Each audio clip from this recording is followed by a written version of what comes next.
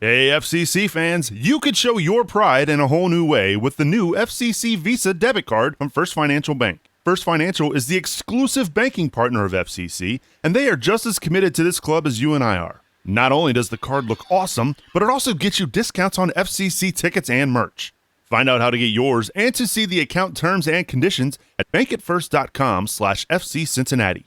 First Financial Bank, member FDIC.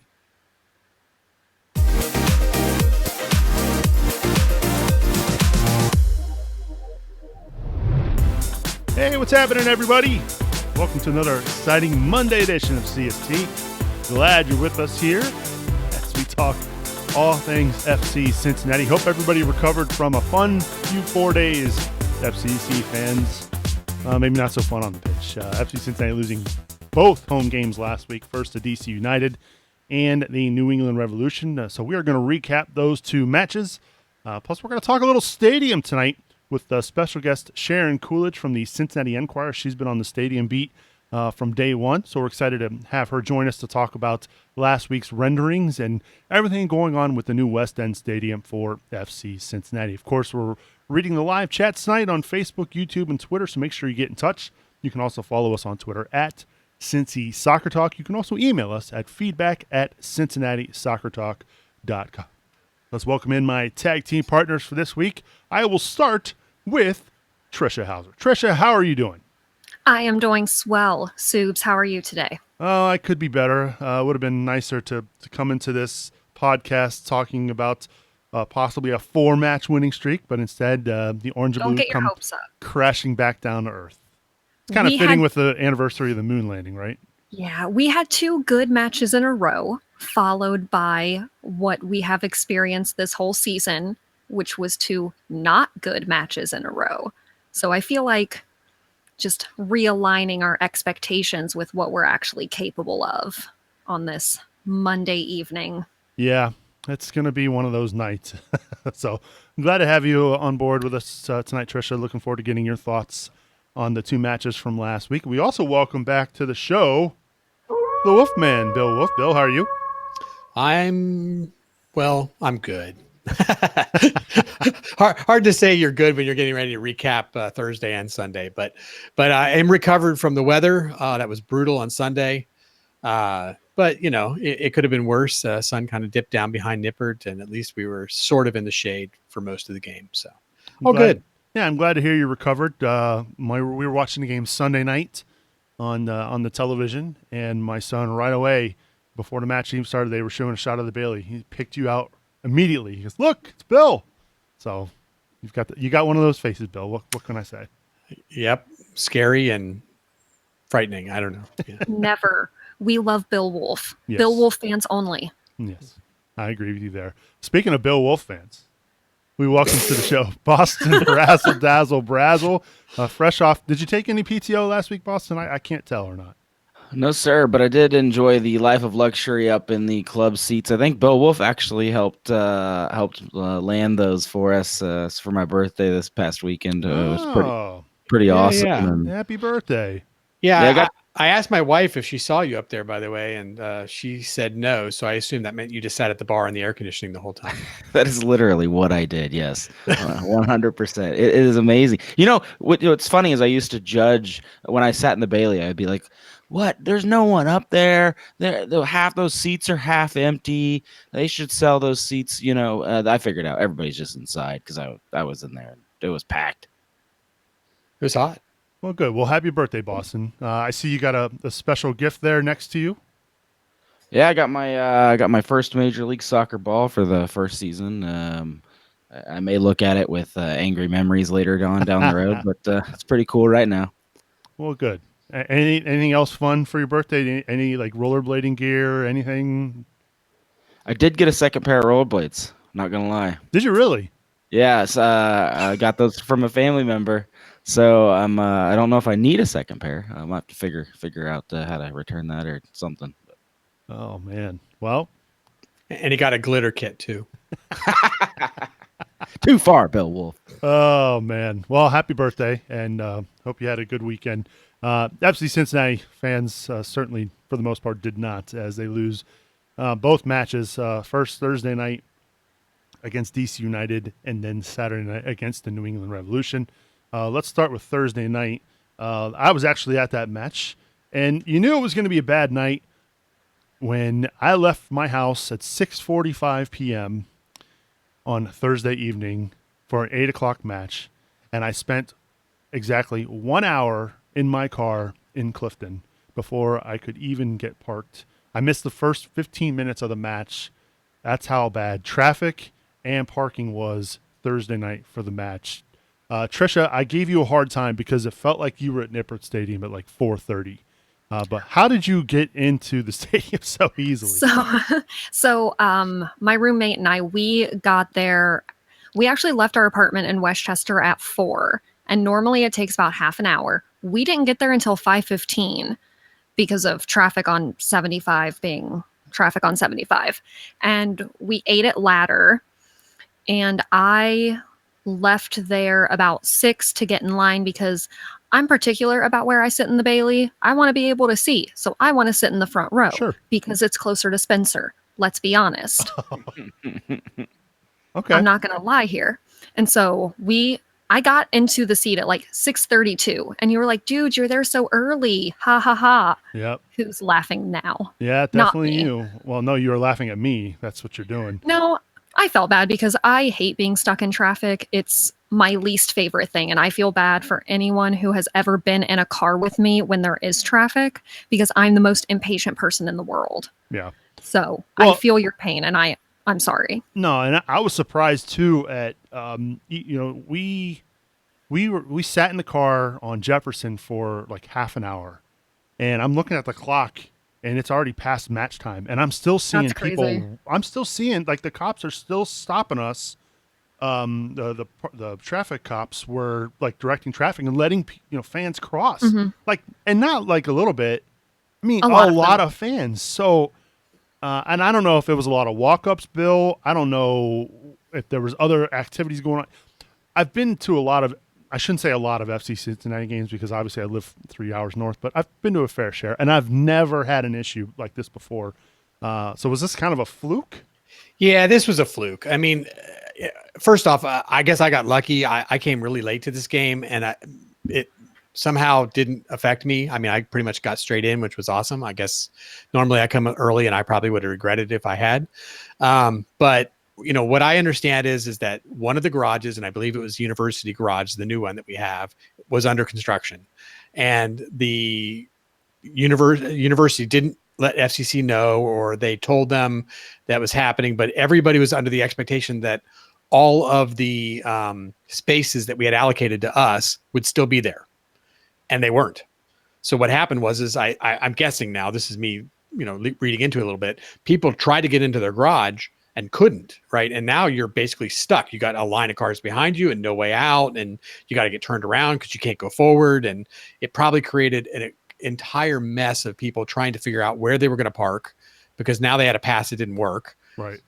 And traffic because it's not set up to go turn around before you get into the parking garage, right? It's kind of a one-way in, and now they're all blocked up and shut down. So it was just a disaster. And I think it just created a massive bottleneck there that just spilled out everywhere else. A lot of the ticketing people from FCC were livid if you talked to them on Thursday. I mean, they were so mad because, they had no idea that this was going to happen either. And of course they addressed it. If anybody saw, there was an email that went out to season ticket holders about this after that game. Mentioning that Calhoun would be available if University filled up. So they at least tried to get it addressed for the last game Sunday. And I think they did much better. To me, it seemed like Sunday went much more like we're used to. But that could have been communicated way earlier. And I'm not blaming anybody in particular for that, but that was just unfortunate. And, for me, my daughter was super excited. She wanted to see the Rose Lavelle ceremony. We thought it was pregame. And we lucked out. It was at halftime, so we at least got to still see that, which was pretty cool. So I'm happy my daughter got to see that. That was probably really the only highlight of that match. And let's be fair, right? I mean, the Rose Lavelle halftime ceremony was pretty cool. To get a standing ovation from the Cincinnati faithful was neat. Other than that, 4-1 results, Boston. I mean, I guess somewhat of a competitive first half. Waston hits the crossbar with his header off the corner kick. Corner kick probably should have scored. they score the goal late in the first half, and then they get back at 1-1 with the penalty kick. But after that, it was just I don't know, what's the word you would use to describe that? Uh, uh, Train wreck, I guess. But to be fair, at least we had hope. We had hope for a half. Going into the halftime, only being down 1, and then immediately coming out and getting 1 back. And I know we're gonna go to the questionable PK call here in a moment, but in the 55th minute, you're sitting in a 1-1 game against DC United in second place, and I'll be honest. At that moment, I had a lot of new friends that I took to this game, and at that moment, they were having fun. Like they were. 55 minutes in, like, hey, you know what? This is pretty cool. We're in the Bailey for the first time. We're enjoying this match. And then the wheels fell off. And just a few minutes later, Rodriguez scores, and then it just gets piled on after that. I had the luxury. Oh, go ahead. No, I just meant like energy just got sucked out right about that third goal of theirs. You just knew we weren't coming back. I had the fortune of sitting in I guess my parents' season ticket spot there in section 118. And probably the second highlight for me was getting to witness the one and only Andy Rosen, who is a supporter of the show. He's actually in the chat room right now. He is quite the character in that section, and certainly lightened things up, because the play on the field, Bill, was just not up to par.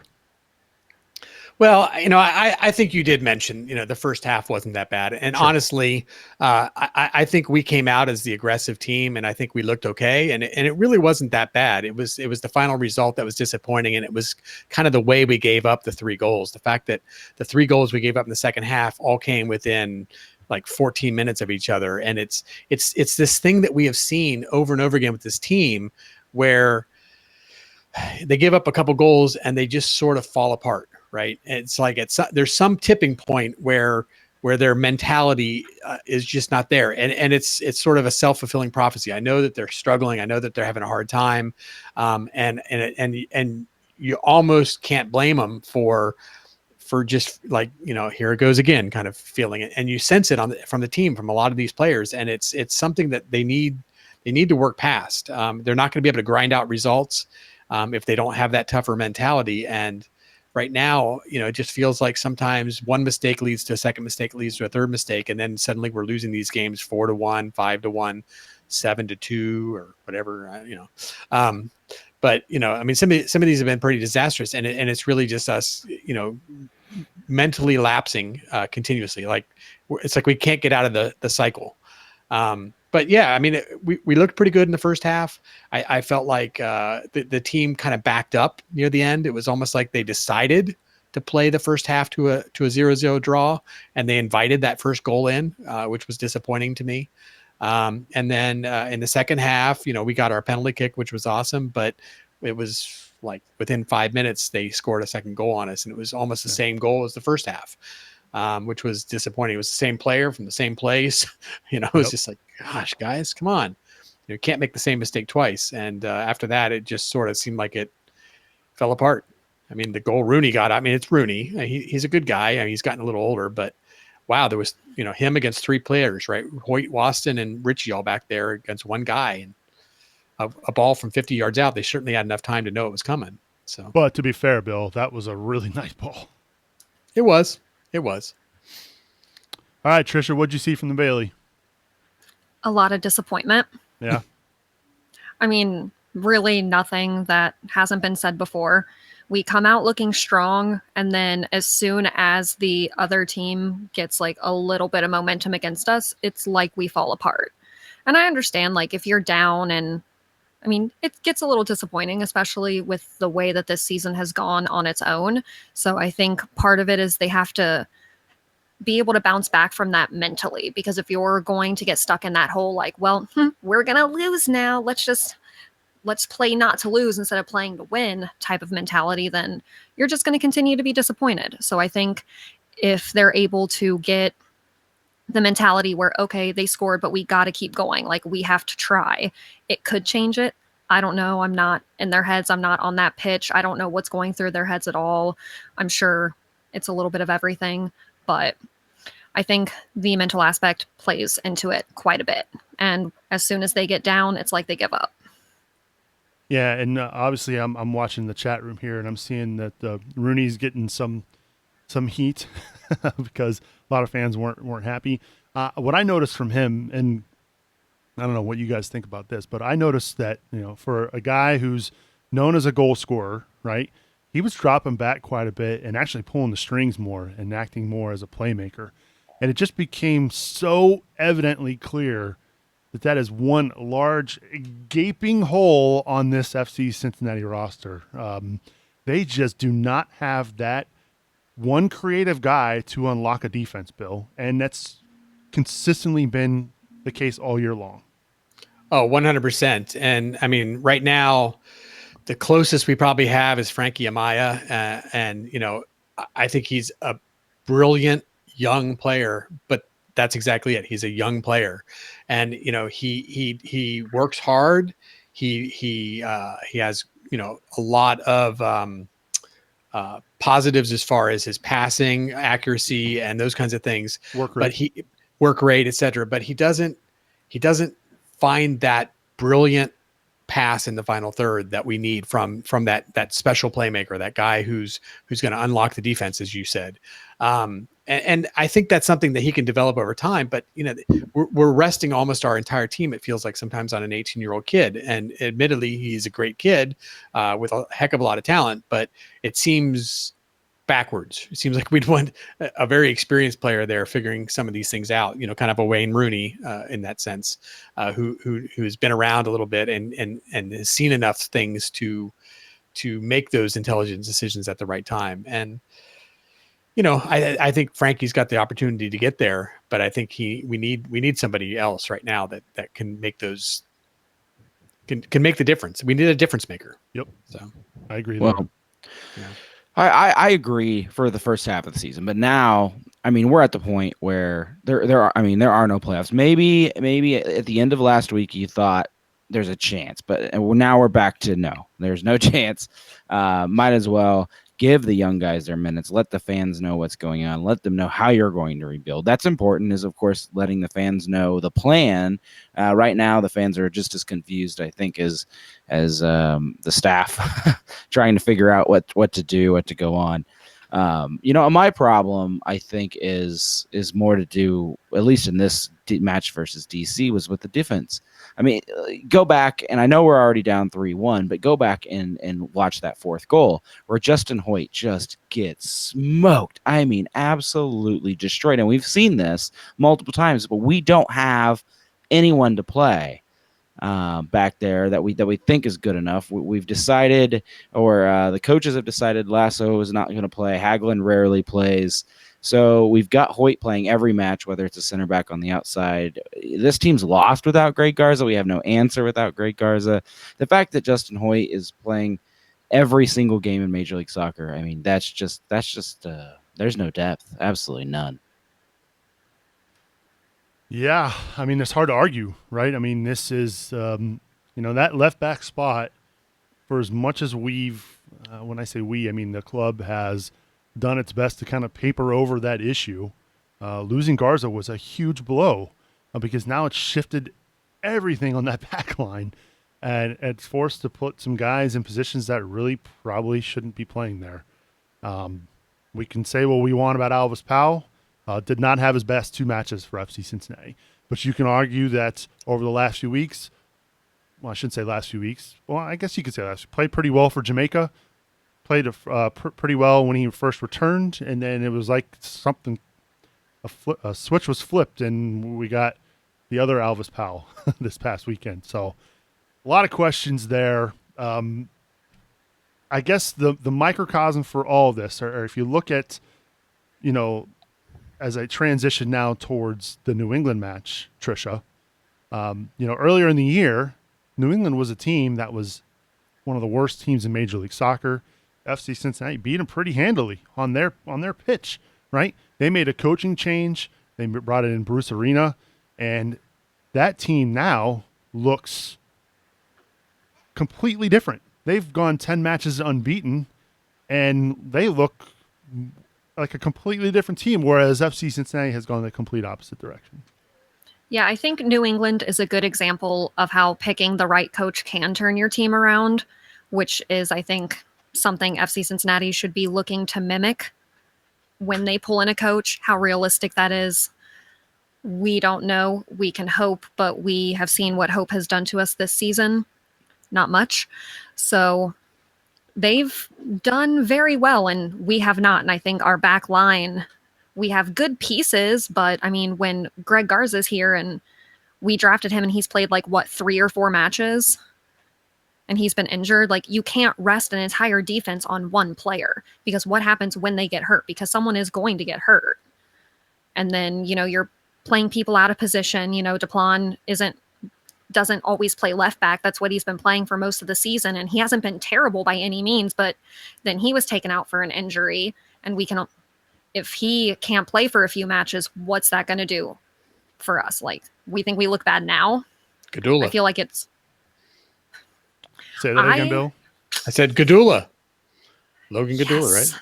Let's do it. I mean, we don't have any other options. Well, there is also Hassan and Dom. Like I said, we don't have any other options. Right. Do we really want him playing for us? Yeah, that's a big question mark. It's just funny, though.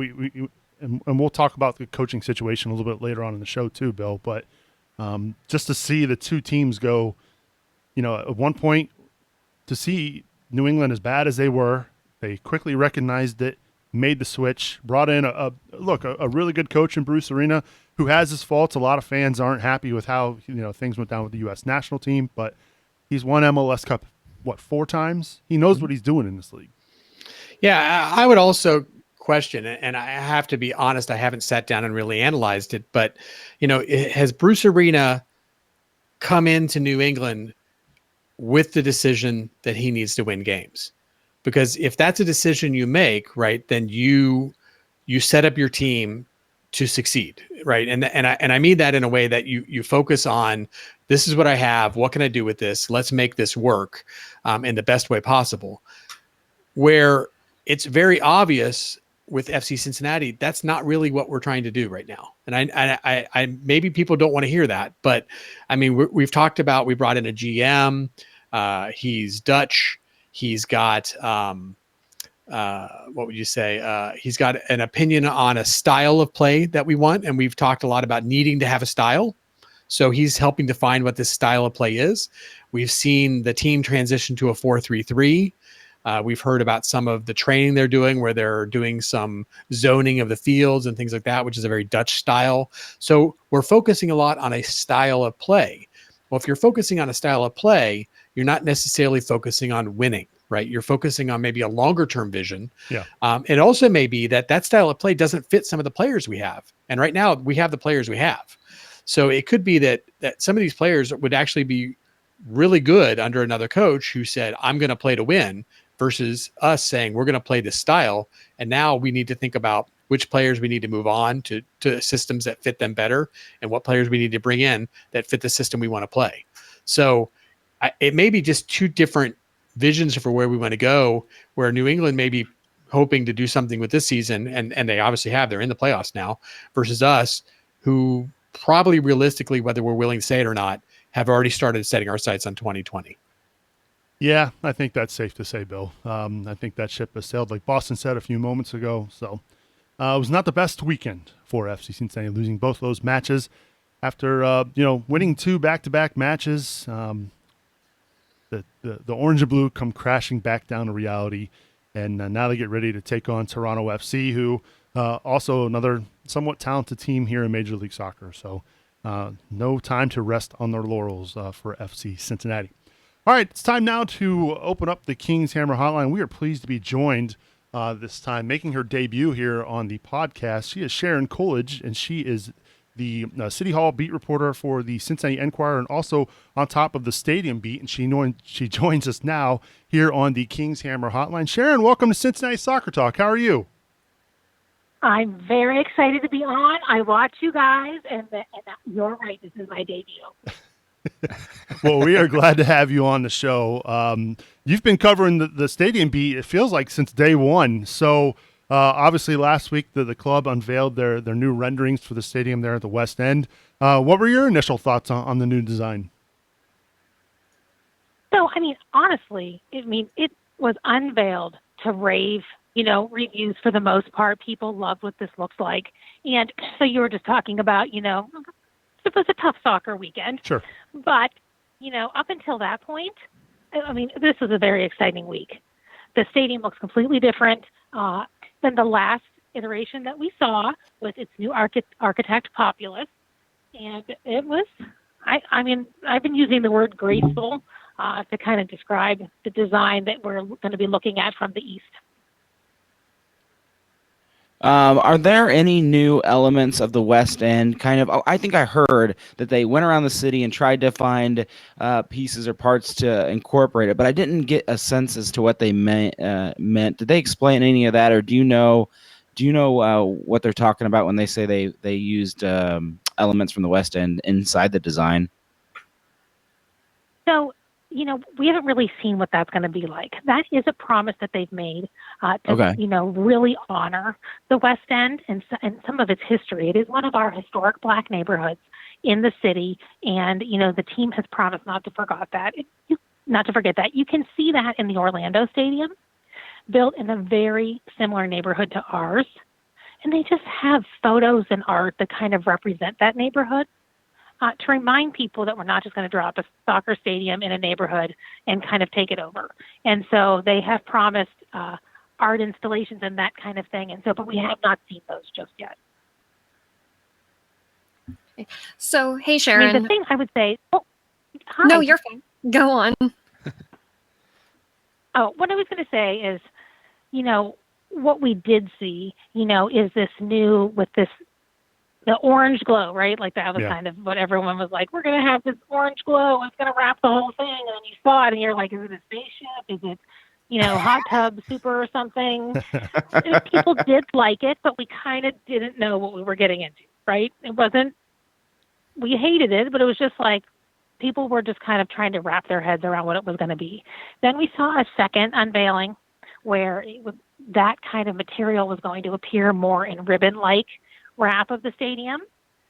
And this is really, this is a whole new motion LED lighted way of presenting the stadium as opposed to that wrapped skin. So kind of in that vein, talking about the design element, we kind of keep hearing about, mixed use development. Have you learned anything more about what that is or how it's going to be integrated into the stadium experience? Well, they haven't. So that's one piece that we haven't really seen. We can see in the original planning documents that there's going to be a mixed use development that's going to be roughly like 6 stories high. It's going to have retail on the bottom floor. Details, they've been extremely mum on those, but they are going to have to say what that is. This is going to be an outside developer, not the team itself.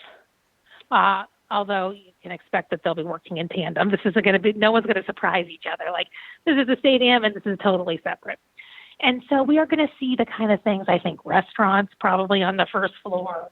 And then, there could be office space, there could be apartments. It's hard to know what's going to be on top. I think this is where you're going to see this beer hall is going to appear in the mixed use development part, since it wasn't built into the stadium as had kind of been floated.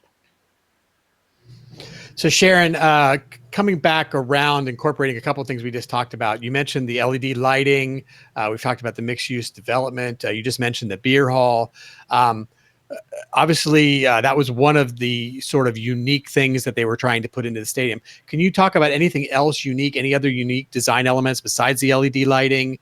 I don't know if you'd call the mixed-use development unique, but is there anything else unique about the stadium that sets it apart from most stadiums or all stadiums in case of LED lighting? Well, I had a chance to talk to the designer, Jonathan Malley, who did the Barclays Center in Brooklyn, and he really said, and he works for Populous, which is a company known for its soccer-specific stadiums. And I asked him kind of publicly, like, well, how do you keep topping your last stadium, right? Because we can see Allianz Field, and it's been debuted to, rave reviews. Well, why don't you just build that stadium again? But it's always like, what's the next thing, the better thing to come along? And they really have focused on the fan experience for this one, is what he told me, and what really was part of this big presentation. I mean, the Bailey's going to have, how many seats was that? I mean, 3,100. It's going to be almost double the size, 3,100, almost double the size that it was, with really these standing positions that offer you, a good, I don't know what the word is, pitch. So the view of the field is amazing from every spot. The cup holders, I mean, they were listening to what the fans had to say. We're hanging out with Sharon Coolidge of the Cincinnati Enquirer here on Cincinnati Soccer Talk. You can follow her on Twitter at Sharon Coolidge. And Sharon, obviously, we talked about the Bailey a little bit here. Let's talk about seat backs, shall we? Is there going to be more seats this year with backs on it? I know, obviously, the Bailey, it looks like it's going to be safe standing, but as far as seat backs go, what's that situation going to look like there at the new West End Stadium compared to folks who are familiar with the Nippert Stadium college football stadium setup? So that is something that also remains out there, and I think it's actually going to get its own unveiling. There's a huge interest in what these seats are going to look like. That company has not been chosen yet, and we don't actually even know the size of what they're going to be, which means while they're saying that the seating capacity is, 25,000, 26,000, the actual number is going to depend on the size of the seats. But I think you can expect to see these seat backs and like a level of comfort in the new stadium that comes along, with the increased ticket price. Hey, just real quick, following the number thing, we see FC Cincinnati's averaging probably above right now what the new stadium's going to be. Some fans are, you've heard some concerns. Well, if we draw over 26,000 now, why are we going down to 26? And there's been some concern in that. Does that mean prices are going up? All this stuff. But if you could just run through at least what you think some advantages and disadvantages of a smaller number might be. So, I think if we go back to the very beginning, they said there was going to be 21,000 seats and this was going to be a $200 million stadium. Of course, it's privately funded. But they're looking at what the attendance is now. The bigger the stadium, the more expensive it is, right? So they have to look at what this balance is going to be, because for it to be economically viable, right, they do need to fill it all the time. So it can't be too big, and ticket prices are going to go up, but making it as big as they possibly can means that they don't have to increase the prices that much. And so then it can still be family friendly. Because imagine, I'm a mother, right? But I only have one son. So if we go to a game, there's 3 of us, that's not that expensive. But I have friends with 4 kids, and then you're talking about 6 people. It becomes a very expensive day, and they don't want that experience to be like a Bengals game. They want it to still be affordable and attract families. And so that's where this balance is coming in. And I did really think that was fascinating. And this is one of the larger soccer-specific stadiums, too. Because why? Because they can fill it with this fan base. Yeah. So kind of in the vein with seating, which seems to be a topic that a lot of people really are interested in focusing on, which makes sense if the planned capacity is less than what we're pulling now. So do you think that the stadium is increasing the size of the Bailey, the club seats, and the suites, and those are the 3 areas that we're currently sold out in?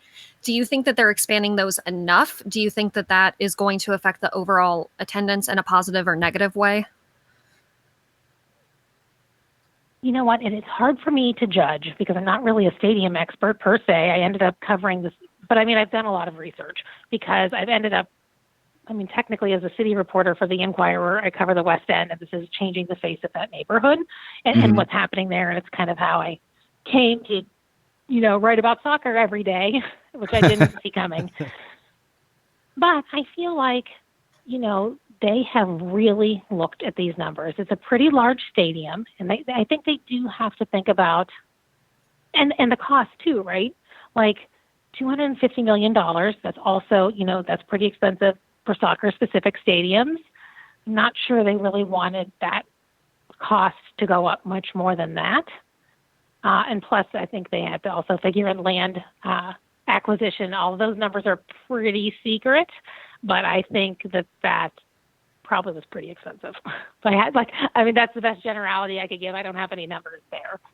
So they had to think about that. It's like, and you can only, there's so much money can build so many seats. So hopefully we're not pushing you a little bit too hard here. I'm not sure where the boundaries are as far as how much you learned getting some of the inside scoops with Jet. Well, we're just curious to try to find out what we can find out when we can. So, did they talk anything about vendors or anything else along those lines as far as what people might be able to expect from food and things like that? Well, I think, I don't think this is actually a surprise, but I did write a story a little bit ago when Frisch's announced that they were going to be in the stadium. I think it's very important for the hometown feel of this stadium. The hallmark of this team, of Colorado Linder III and Jeff Birding, is them being so proud of this city. And, that's not pretend. That's not like, this is like stadium talk. That's all hyperbole. This is something that is ingrained in both of them, ingrained in the entire Lindner family. And so making this part of Cincinnati is important to them. So, I think certainly, so Frisch is announced, I think we're going to see all those hometown favorites, La Rosa's, Queen City sausage, the kind of things that you see in the other stadiums are definitely going to be here. I think we are really waiting, of course, for, these beer sponsorships and what that's all going to look like, right? Because I think that's probably, even if it's the same, it's going to be a whole new announcement, all new contracts with the stadium. Well, I'm going to take you back, circle you back around to City Hall, because I feel like that's your sweet spot. And we've all, I feel like all of us soccer fans have at one point in the last year been glued to your Twitter feed as City Council argues the merits of this zoning or this piece of the stadium. And so, for those of us interested, we've been glued, and we appreciate your updates with all those. Thank you. But we know we're mostly through the process here, but are there any other concerns from a zoning perspective? Is there anything Cincy fans should need to keep watching City Hall for about the stadium? And then if so, like, what's the timeline looking like with any other future City Hall type stuff? I would say the number one issue right now is parking, because the county has, I think we've all heard Jeff say this about 10 million times. The county voted 3 times to build 1,000-space parking garage in some form. 1 garage, 2 garages, something, but 1,000 spaces, right? I've never heard them so quiet. They have not said a peep about what this is really going to look like. We saw some studies and the cost, analysis, but there's no pledge on paper about what this is really going to look like. And I do think, if you look at Nippert, I think part of its success is those attached garages that do allow people to walk closely. Now, that's a very Cincinnati thing, because all stadiums don't have that, and they don't necessarily need to have that. Uh-huh. When I went to Orlando to kind of get a lay of the land of because their neighborhood is so similar to ours, where they built the stadium. And, there isn't parking attached to the stadium. And I thought that was so fascinating, because everyone's like, oh, we love our parking spots on our cars. This is Cincinnati. But they parked in people's yards, and the neighbors loved it. This is a disadvantaged neighborhood where this was built, and this is a way for people to make money, and they could not have been more thrilled. You've seen so much pushback about displacement and people in the neighborhood and all these concerns, but if you go to Orlando, it was all hail the soccer stadium. They were thrilled, but they were making money on game days. And that was new to them and important to them. And so not having parking, that was a huge takeaway from my Orlando trip. The idea of not having parking actually made people in the neighborhood happy. And there were no fans that were complaining. There was plenty of parking in all those yards. So it'll be interesting to see how all of the parking shakes out here. I think that is really going to be the next big question. Well, Sharon, I'll get you out of here on this question. Again, we appreciate you joining us. And like Boston said, for the latest stadium updates regarding City Hall or anything, make sure you go follow Sharon on Twitter. She does a great job at Sharon Coolidge. I wanted to ask Thank this you. question. What's the one thing? Because obviously you kind of got thrown into this, right? You hadn't covered soccer before, but now here you are covering FC Cincinnati and this particular stadium situation. What's the one thing I mean, you're talking about formation and the GM, and I'm like, oh, yeah, I about that. Okay, what am I? Well, that's what I wanted to ask you. What's been kind of what's been the biggest eye opener for you as far as the process and how all of this has been handled? What's the one thing where you look back once the stadium is built and once it gets opened that you're going to think to yourself, wow, how did they get this done? I think that all of the fighting, this is a hallmark of the city. I have been to this rodeo many a time. I think when this stadium opens, and it's going to, they're on time, people are going to forget about all of the fighting. They are going to forget about this losing streak. I think they're going to start fielding, I think hope you're right. The emphasis is going to be on a team, a winning team, right? I mean, if you've ever met Jeff Birding, I've known Jeff a very long time from his days as a city councilman. And he likes to win. I don't think that's a secret. Nope. That's not I'm some Jeff Birding whisperer. He likes to win. And it's a struggle this year. But I think there's just going to be such an emphasis on that in that first year in the stadium. I think that all of this is going to be like, did it ever even happen? And it's going to go back, where there's this competitiveness. And I think, the fans are going to get everyone through, times like this. And I'm not saying the fights are not needed. All of these issues, these underlying issues, are definitely things to care about. Do they manifest in fights? Absolutely. But what this neighborhood looks like, the people who live here, these are all important things. But I think that it is all going to get worked out over the next year and a half, and then it's just going to be like that soccer stadium was there forever. Well, I certainly hope you're right, Sharon. Sharon, I hope we see you in the Bailey sometime soon. You can stand behind me and cheer anytime you want. All right. Well, thanks for having me on tonight, you guys. Well, that's Sharon Coolidge from the Cincinnati Enquirer. Sharon, thanks so much, and we'll talk soon. That is Sharon joining us here on the King's Hammer Hotline. Good stuff there. And again, as we have all said this here on the show tonight, she does a great job covering all of the City Hall and inner workings of the new West End Stadium. So make sure you give her a follow again on Twitter. She does a great job with that. All right, it's that time of the show where we give a big shout-out and thanks to our tremendous supporters, King's Hammer and Tim Bronsel, Matt Adamchick, Brian Malone, Jamie Smed, Jonas Tom, Jack Emery, Mike Bowman, Kathleen Francis, Teresa Everidge, Matt Imholt, Matthew Long, Joe Coling, and Tara Mullins. Thank you so much for supporting us here at Cincinnati Soccer Talk. To learn more on how you can support the show, head on over to cincinnatissoccertalk.com/support. Get involved in the Growler Cup, the Omni Printing and Promotions Growler Cup. At just $5 a month, you can take part and take on the so-called geniuses here at CST in regards to the Growler Cup. So get involved, get supporting the show. Every little amount certainly does go a long way. All right. We kind of touched on it a little bit there at the end of segment one there, talking about head coaching and players and rosters. And the good news is FC Cincinnati has a new center back who is eligible to play. Van der Werf, the Dutch center back they just brought in, the paperwork has been filed. It's in. It's cleared. At this point now, Bill, it's just simply about getting him into match fit so that he can play. Yeah, I mean, we've been waiting for a while. I think everybody is expecting miracles to occur when he walks on the field. So hopefully everybody's not too disappointed. But it's always a little risky. He hasn't played a lot recently, so it'll be a real question of how quick can we actually integrate him into this team. And I haven't really heard anything at this point to know what that's going to look like. Yeah. So hopefully maybe next weekend, because it seems like we might be short a defender. Well, I think if Deplan is any more injured than maybe we saw over the weekend, I mean, he was subbed off in the first half, so that was a pretty good indication that was pretty serious. We're going to have to see Van der Werf play maybe a lot quicker than maybe even he wanted to, Boston.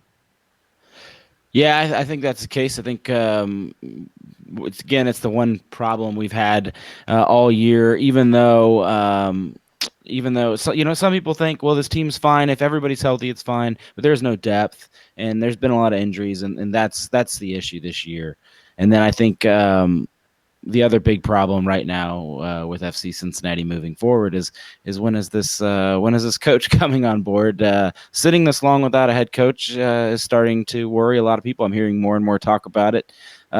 Is it professional to wait this long? I know you want to get it right, but at some point, it almost looks like you've given up on this year, you know? Yeah, and again, we don't know who this coach is going to be. If it's anything based on what we've seen on social media, looks like it's going to be Ron Jans. We don't know that. That is not confirmed. This is just all coming from a Twitter vegetable who likes to put things. I guess it's more like a Reddit vegetable, right, Boston? We don't know. We know that we've got Gerard Niekamp, who has his style of play that he wants to implement. It would be nice to have a coach in place sooner rather than later. If they wait till after the transfer period, Bill, like, is this a period that's now gone? And I don't want to say gone to waste, but they really need to address some areas of this roster big time. Yeah, and they've said they are, right. That's I think where people are feeling some frustrations right now. Obviously, the performance on the field has not been great. People are maybe willing to accept that a little bit, but they want to see change, right? They want to see from this club at all levels that they want to improve. It doesn't mean that we have to win the playoffs or make it to the playoffs for that matter. We just need to improve. And that's what people are looking for. And right now, nothing is changing.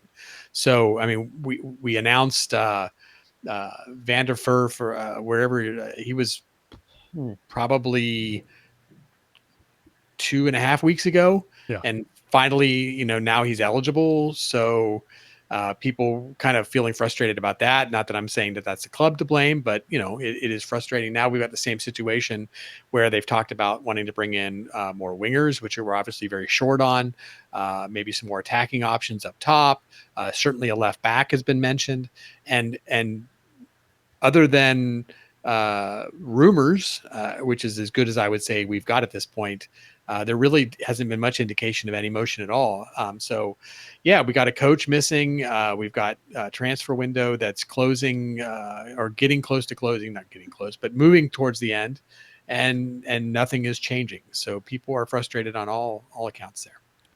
Now the show's about to get spicy because I'm reading the chat, and this is where it's going to get interesting.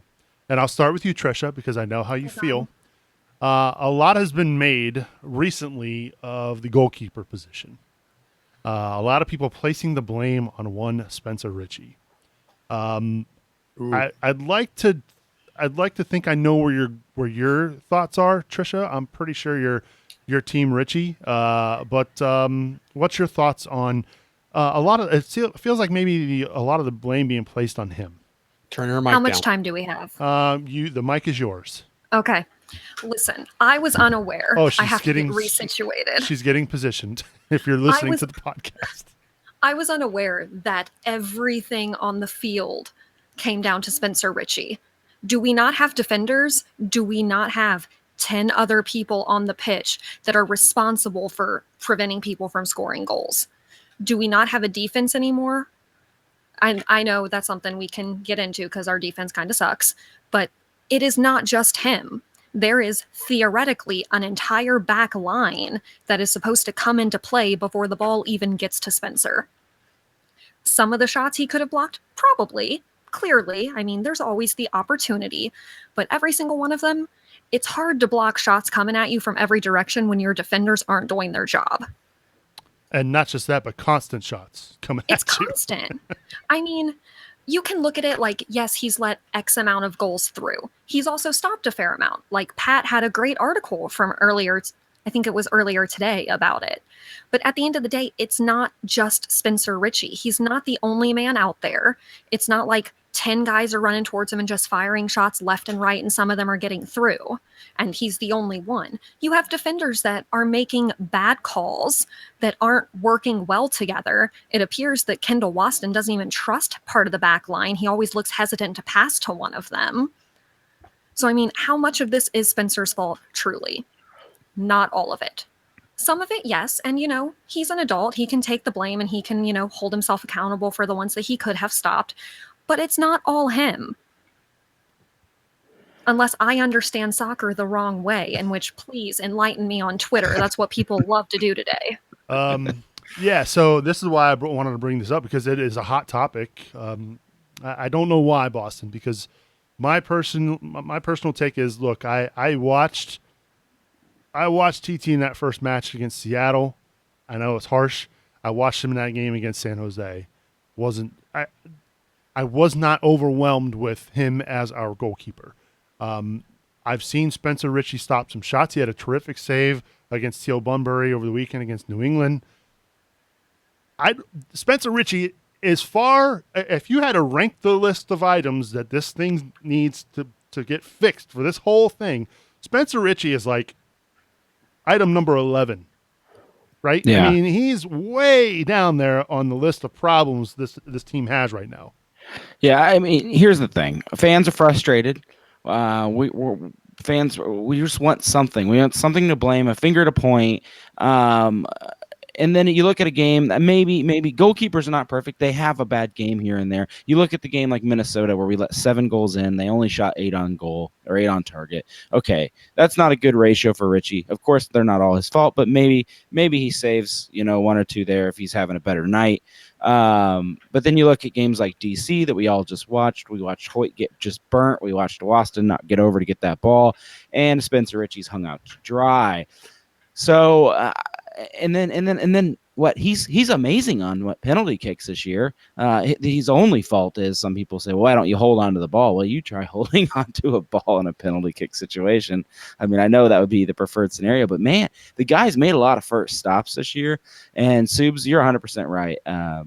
This is not our problem. If you want to talk about getting TT off the roster because we shouldn't be wasting an international goalkeeping spot, and will Ritchie be 1 or 2 next year? I'm glad to have that conversation all offseason. If he's going to be a number 2 guy next year, then that's fine. But here's the thing: he's on an MLS minimum contract, and he's playing and starting and doing as well as he is. And that's the best bargain on this team. I think if your keeper makes 4 or 5 saves a game, you're asking a lot of your keeper. Right. And he made 4 saves against DC. He made 5 saves against New England. It's that's just not what should be happening. A keeper shouldn't be making these large numbers of saves every game. And he's doing a lot. I'm on Team Ritchie. Go first. Team Ritchie. Yeah. Again. This guy, he is far from the problem, right? Can Spencer Ritchie go score goals? No, that's not his position, right? It's pretty bad when the minute you concede, you're not going to most likely not going to win, because there's just no attacking threat from FC Cincinnati. So he's got to be almost flawless every game to keep FC Cincinnati in it. And how fair is that to Spencer Ritchie? Not at all. And I mean, I get it. Like, people look at it, they look at the final score and they're like, oh, he let scores. This is his fault. But we all know that's not it. But it's like Boston said, people are unhappy, we're disenchanted and disillusioned with how this season is going, and they want someone to blame. But you will not blame Spencer near me, not in this house. I mean, I wouldn't even, I am baffled by this argument that people have put this at the feet of Spencer Ritchie. All right, maybe I should say the hands of Spencer Ritchie. I saw this over the weekend and was just baffled. Boston. I mean, I know everybody's frustrated. It's been a long summer. It's maybe going to get worse. Let's hope not. But I don't know what even to say about that. I mean, he has played well, put in a spot we did not think he was going to be in. We didn't think he was going to be the starting goalkeeper. They brought in Tati, who is an international goalkeeper. They used an international spot on somebody. Yeah. You think for damn well that they're going to be playing him. He can't see the field. Spencer is outperforming him. It's not Ritchie. Yeah, you want to point fingers. Let's point fingers at $350,000 and an international spot sitting on the bench because it was just a bad decision, and that's one we have to wait till the end of the season to stop and get rid of. You want to point fingers. Look at the back line. Justin Hoyt in this last game. That's the big one I've been pointing my finger at. Japlon's injury. I mean, there's a million things we can talk about. We can go wrong. I mean, I'm almost upset that this is even a topic on the show because it's so ridiculous to me. Right. It's not like he's had. I can't think of like I can't think of any howlers right this year, Bill. And maybe I'm not thinking clearly because I'm fired up over what I've been reading. At least he hasn't had that moment like the guy from Houston a few weeks ago who let in that clear easy chance. What was that? There was that opportunity. I guess that game against Kansas City earlier in the year, there was a little communication mix up between he and Garza. Outside of that, I can't think of a time where you're thinking to yourself, man, he shouldn't be our goalie. Like, there's not one time have I thought that this year. No, same for me. And you're right. I think the Garza, whatever that was, is probably the closest you can call a major mistake on his part. He certainly has had times where he could have done better. And I'm sure he would admit to that as well and say, oh man, I wish I could have got that one back. Right. I mean, but like talk about DC United for half a second, right? The very first goal from Rodriguez. That guy had 4 minutes to set a shot up in the 18. Well, he bent it around Hoyt into the back net, right? I mean, there was nothing Spencer Ritchie could have done. There was no way he could have done unless he could have just known ahead of time exactly what Rodriguez was going to do. The second goal from Rodriguez wasn't quite the beauty the first one was. He maybe could have done a little better with it. It went a little bit more up towards the middle, right? So in those situations, you can maybe say, oh, well, he could have done better. But again, we're talking about your keeper now. When it gets to your keeper, it has, as Trisha basically pointed out, it has already gotten past 10 other players, right? He is your player of last resort. You do not want to rely on him that much. And you have to realize no keeper is flawless, right? If you give him 10 balls that he has to save, he's not going to save 10, right? So the fact that one or two get through when he's in that situation, that's not unreasonable if he's making 5 saves a game. Fired up now, Bill. Yeah, I'm with you, Subes. There's so many things wrong with this team. And it's not even individual players. I'm not going to call anybody out. I'm just going to say that, there are parts and systems of this team that don't work. We don't play defensively as a unit, right? We have individual defenders who are good, but as a unit, they are not succeeding. And that's just obvious from the scores of the games. Yeah. And, you can say some of that might be transitioning to a new style of play. You can come up with all kinds of reasons for it. It's just a fact at this point that it's not working. And to me, that's something you address before you're worried about whether Spencer is your keeper. And then the other side is if we can get to where we're not giving up 2 goals a game or 4 goals a game, we got to be able to score at least that many or more. So, right. And we got, in 2 games, 6 goals scored against us, which is of course a problem. And we scored 1 off a penalty kick. So yeah. Preach it, Bill 2. Wolf. Yeah. I will say this. Amen. I would love to hear your feedback on this. Send us your emails. Feedback at CincinnatiSoccerTalk.com. Next week, we're going to read those emails on this show.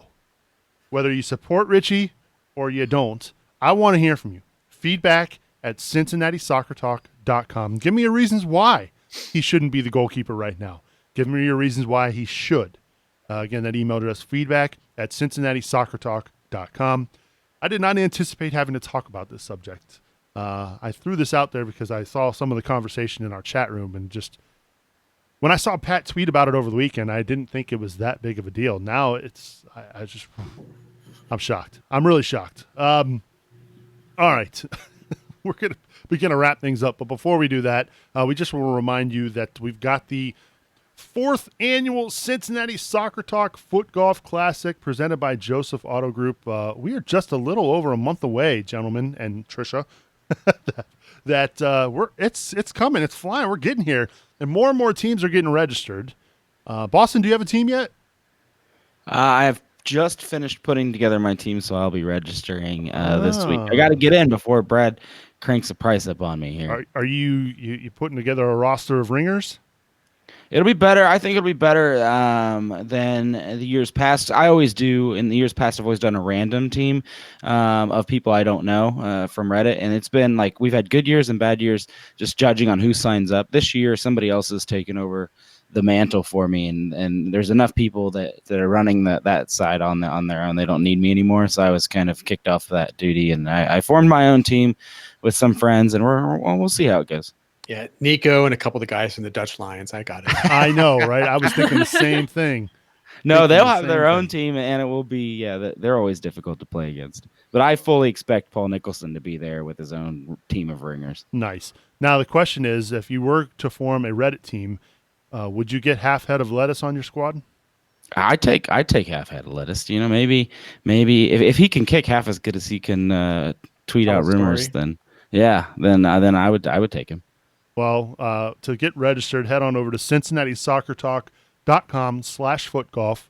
Boston mentioned it. The price goes up here coming up August 1st from $180 to $200. So get registered. We had a lot of activity over the past week of people getting registered. So get your registrations in. If you don't have a group of 4 and you want to participate and you're by yourself, that's completely fine. We are taking single golfers as well. It's $45 for our single golfers to get into the event, and it's for a great cause.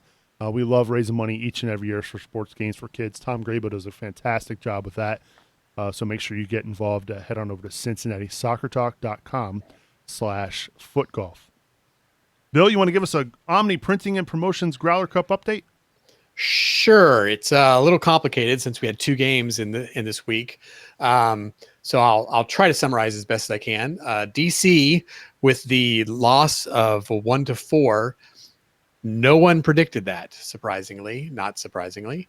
But we did have a pretty good number of people who got 5 points. So Alex Naughton, Derek Sapala, Nick Roth, Brian Weigel, Claire Hughes, and Alex Yursky all got 5 points. So congratulations to them.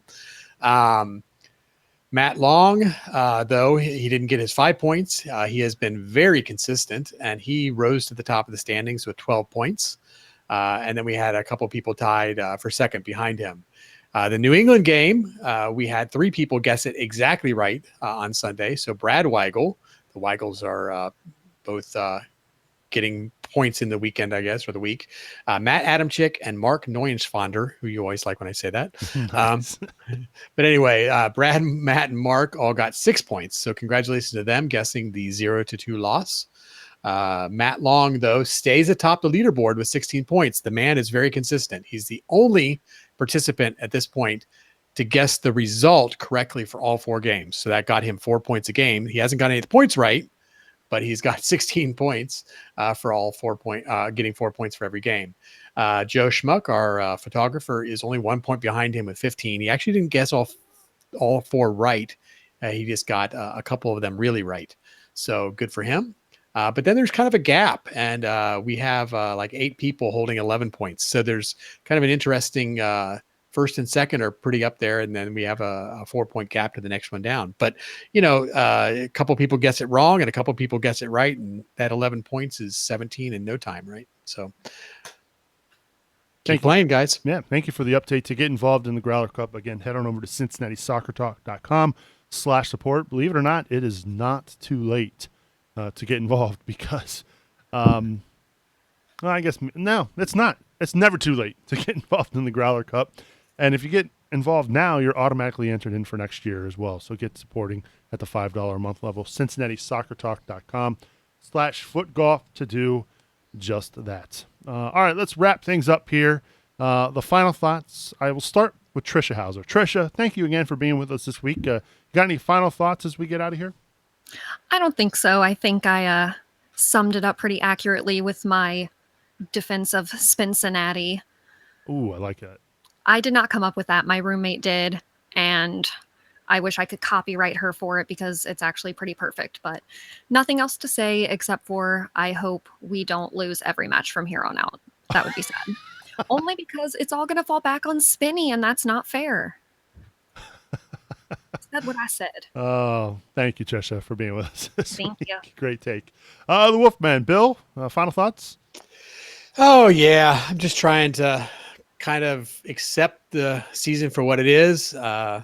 I will admit I get really frustrated and emotional at times about games. You obviously want the team to win and do well, but man, we're in the MLS. We're seeing some great soccer. It's not necessarily us that's doing it, but it's great to see Zlatan and Rooney and some of these players out there. Some national team players like Areola. So for me, I'm just happy we're here, and I'm trying to sort of set my expectations as best I can and truly enjoy what I can out of this season. We do need to enjoy it. It's wonderful we're here. It's one of those things where at the beginning of the year, I had the false hope of making the postseason, right? That was probably a pipe dream. We probably I did too. Yeah, but I think now I look back on it, and the feeling is true. The statement is true that I'd much rather be losing in Major League Soccer than winning in USL personally. I've thoroughly enjoyed. I got a chance to see Wayne Rooney up close and personal this week. How many times can I say that in my lifetime? So that to me is pretty cool. So yeah, I agree with you, Bill. I agree with you 100%. And of course, thanks for all you do for CST, buddy. You're welcome. I enjoy every second of it. And last but not least, I'm going to send it over to Boston. Razzle dazzle brazzle. We've already gotten an update from Half Out of Lettuce. He says no dice. He cannot kick a soccer ball, Boston. I'm bummed. I could have used your lettuce. So, but moving on, I guess is my final thoughts, right? Wanted to give a shout out to all the fans in the United States, especially you guys in Cincinnati, for continuing to care about women's soccer. I know it's not always glorious or glamorous when the World Cup ends and everybody goes back to watching Major League Soccer or with the Premier League when it kicks off, and it can be easy to forget with all the other sports we have to watch, football, baseball, and everything in this country. But Chicago, sells out this weekend. Their Major League Soccer their Major League Soccer side only got about 7,000, and then the women went out there and a couple days later and sold out that field up there in Bridgeview. So impressive. Washington Spirit not doing great without Rose, but I imagine that performance will be better when she's back. And how cool was it to see Rose this weekend? And I really look forward to watching these victory games U.S. women play as well. Yeah, I agree. It was really neat to see her at Nippert on Thursday night. Pretty cool to see that she actually had the World Cup with her on Friday. I don't know if it was a replica. It certainly didn't look like one, but that was pretty neat to see there that at Nippert. And Boston, as always, we appreciate. We did get a funny picture tonight from our staff photographer, Jeremy Miller, when he mentioned that you got a second set of rollerblades. He said it looks like you should get some sort of pony. That way they could use all four rollerblades at the same time. Maybe I'm misquoting that. Yeah, or no. Put two on your hands. Yeah, he sent me what Susan speaking of. He sent me a picture of a horse with sunglasses on, riding on four roller skates. This is just gone. It's sunny out. You have to protect your eyes. Don't make fun of the horse. The horse should also have elbow pads and knee pads on. If we're being honest. And why are these white and pink? And a helmet. I feel like he's coming at me pretty hard here. These pink. These I feel like he could come at you harder. They're not even rollerblades. They're roller skates. So many flaws. Oh, he got it wrong. That's so embarrassing. Okay, let's get some pink rollerblades on there. Will that make you feel better? I'm not good with Photoshop, but maybe Joey can figure it out. Oh, he definitely can. Done. Wallpaper Wednesday. Boston rollerblades glitter. Oh my gosh! I'm requesting it now. Everyone that looks forward to Wallpaper Wednesdays is now going to be really upset. I don't think so. I think people will be delighted to see this. Yeah. Well, Boston, as always, thank you so much for doing all that you do. No problem. And make sure you catch Boston and Brad on this week's March to Match Day. They do a great job with that show each and every week as we preview the upcoming match. This week it'll be Toronto FC. So make sure you get subscribed so you don't miss an episode of CST. My final thoughts this week. I want to give a big shout out and thank you to everybody who stopped me Thursday night at the match and said hello, let me know what they thought of the show. Thank you so much for that. You made this old man look pretty dorky in the eyes of my kids. We got in the car after the match, and they were so embarrassed that folks were stopping and seeing me and saying hi and whatnot. So I want to say thank you to everybody who stopped me. And for those of you who anytime you see any one of us at CST at the matches, make sure you stop us, say hello, let us know what you think of the show. It is pretty cool to know that you guys enjoy the show as much as you do, and that we have some small impact on your work week, or maybe not your work week, but just your week in general. It does mean a lot to us. So thank you for the kind words and for saying hello. Hopefully, I can make that happen more often. The more that happens, the better Subs to Cincy has a chance of happening, I think. Maybe not. We know how that works. Anyway, on that note, it's time to get out of here. Our thanks to Sharon Coolidge from the Cincinnati Enquirer for stopping by this week on the King's Hammer Hotline. So for Trisha Hauser, Bill Wolf, and Boston Razzle Dazzle Brazzle, I'm Subs reminding you to watch your tackles, and we will see you all next week.